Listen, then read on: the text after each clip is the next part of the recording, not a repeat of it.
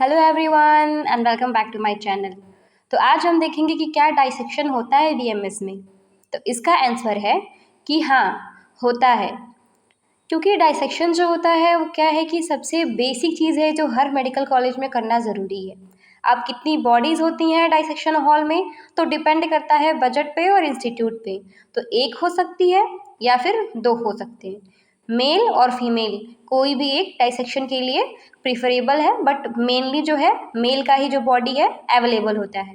अब dissection tool क्या होता है, तो जो डाइसेक्शन टूल होती है जैसे कि हमें कैडावर को डाइसेक्ट करना है तो पर पर्सन एक टूल होना तो ज़रूरी ही है, या फिर आप ग्रुप में भी ले सकते हैं, इसमें कोई दिक्कत नहीं है। फिर अब बात करते हैं कि जो डाइसेक्शन के जो टॉपिक है कौन कौन से टॉपिक्स होते हैं। तो टॉपिक्स के कुछ नाम इस तरीके से हैं। तो सबसे पहला जो है वो अपर लिम्ब है, दूसरा जो है वो लोअर लिम्ब है, then thorax, then abdomen, head, इसी को स्कल बोल देंगे। फिर है आपका बैक पोर्शन और फिर पेल्विक का जो पोर्शन है। ठीक है, तो ये सारे टॉपिक्स हैं।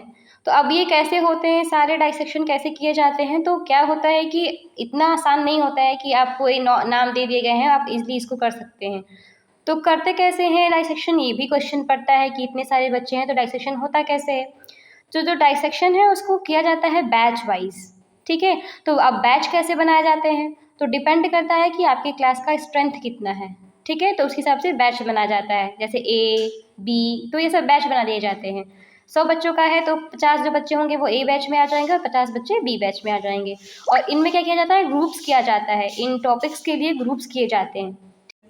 उम्मीद है आपको ये वीडियो पसंद आई होगी। अगर पसंद आई होगी तो do subscribe the channel. Bye bye.